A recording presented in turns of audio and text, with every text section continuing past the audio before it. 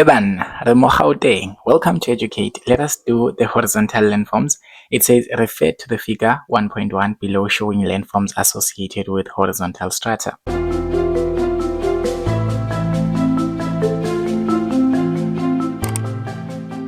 So remember that the landforms that are associated with horizontal strata, we are talking about the Karoo landscapes, the canyon landscapes, as well as the hilly landscapes.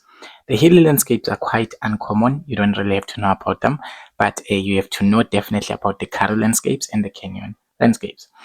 So now here you are given here K and L, and this is figure 1.1. It says identify the landforms K and L respectively. This is so clear that this is a Karoo landscape because you can see that we have got quite a couple of landforms and they've got a resistant rock on top of them. So landform K here and landform L here, how do we differentiate them? So landform K is a butte and landform L is a mesa. But how in the world did you see that? Because you are just a small child.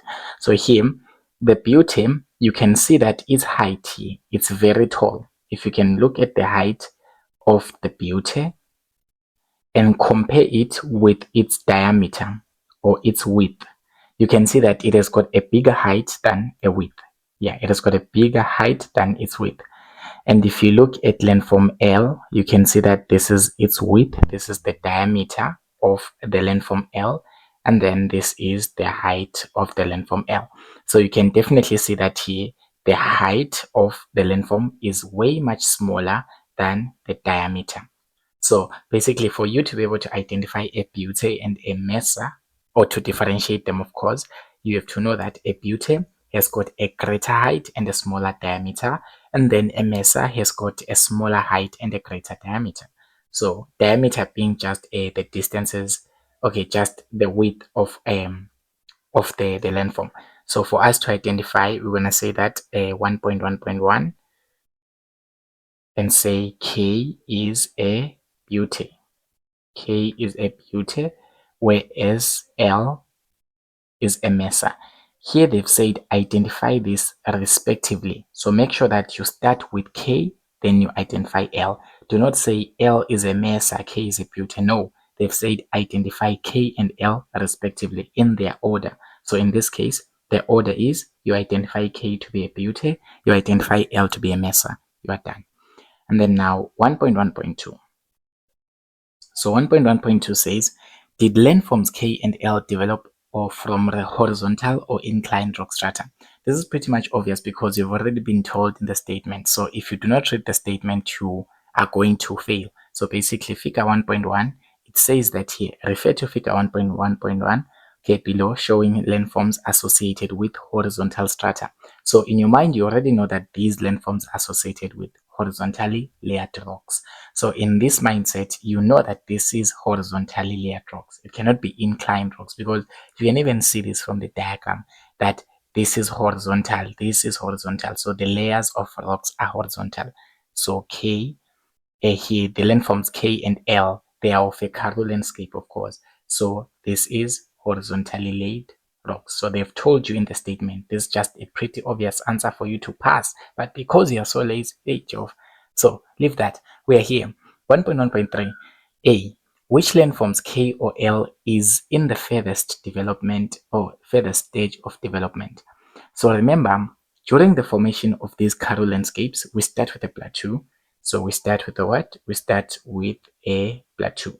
And through the process of backwasting or of scarp retreat, we know that the plateau will reduce its size to be a mesa. And then through scarp retreat as well, the mesa will reduce to be a butte. So now they ask which one is in the furthest stage of development. So here, this was the old stage of development, and then the mesa developed from a plateau, then a butte develops from a mesa.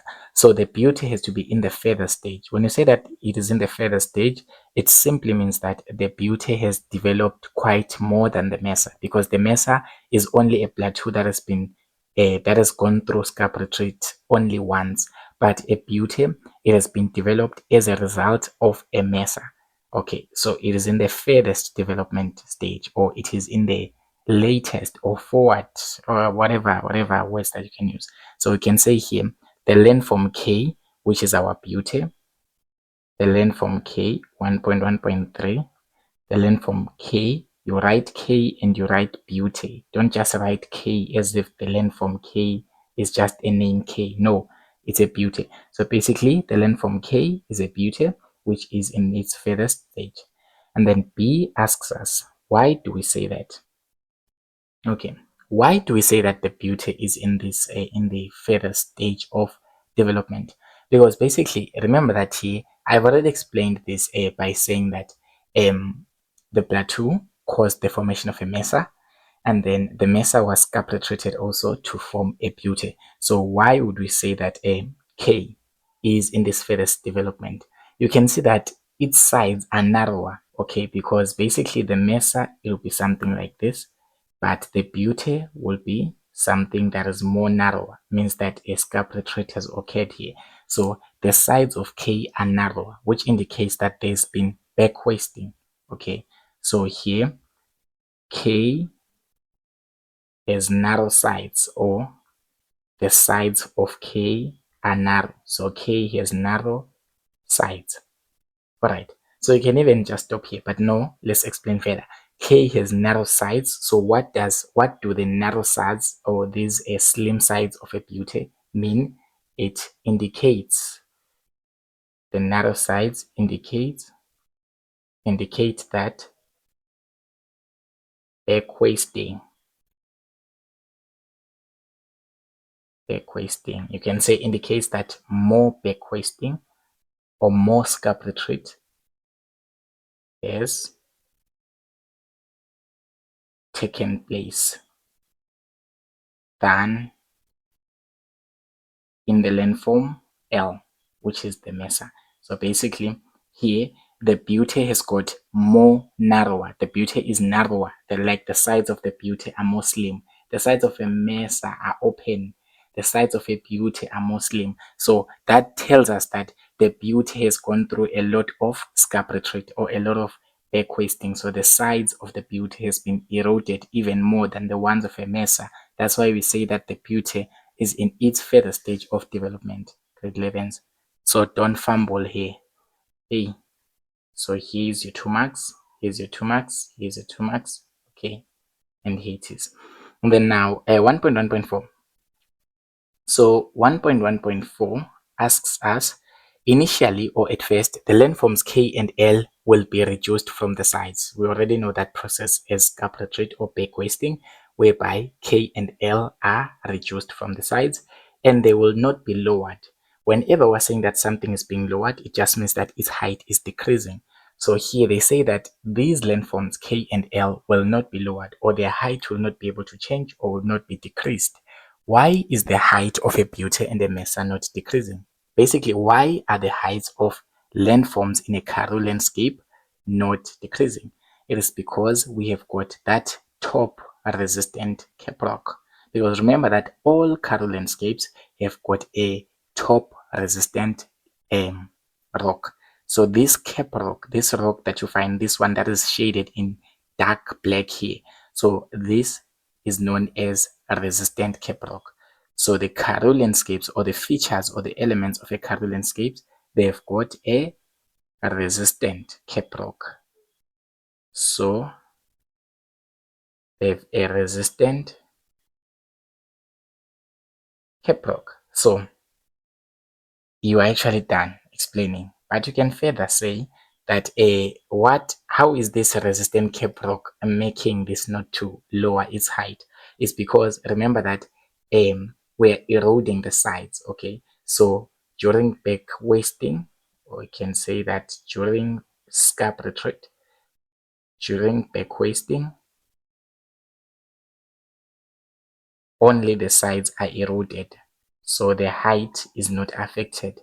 Only the sides, okay, only the sides are eroded. So during back wasting, we know that only the sides of the landform are eroded, but its height is not affected. Okay, it's fine. But no, I won't give you a mark for this. Just say resistant caprock and then say this explanation. Then you'll get the second mark there. So basically, whenever we've got a resistant caprock, it just means that we are eroding the sides of the landform but without affecting its height. I've made videos on a topography associated with horizontally layered rocks. I'll drop down the link in the description for your convenience. And then 1.1.5. Where in South Africa will this landscape be typically found? So where in South Africa do we find this landscape? Whenever we're talking about the landscape, we're talking about the entire things there. We're not going to just mention Beauty Mesa. It's a Karoo landscape all in all. So where do we find the Karoo landscape in South Africa? We find it in the Karoo because it's Karoo landscape. That's where the name came from in the first place. So we have a place that is known as a Karoo in South Africa. It is basically a dry area because remember that these form in arid climates. Okay, they form in dry areas where there is no rainfall, where there is less average rainfall. So in essence here, we're trying to say that Karoo landscapes, they will be found in the Karoo of South Africa. There is a place known as the Karoo, the place that you don't visit because you don't have money, but never mind, you will have money in the next couple of years. So basically, here this is the Karoo of South Africa. So you find you find these Karoo landscapes at the Karoo of South Africa, or you can say at the dry areas, but basically the Karoo of South Africa. That is where we find the Karoo landscape. So this was just a short activity, ladies and gentlemen, for explaining the horizontal landforms. Don't forget to stay tuned for more videos and tell your friends also to stay tuned. Support us in all ways that you can. Subscribe, do not skip adverts, and do furthermore. Thank you, ladies and gentlemen.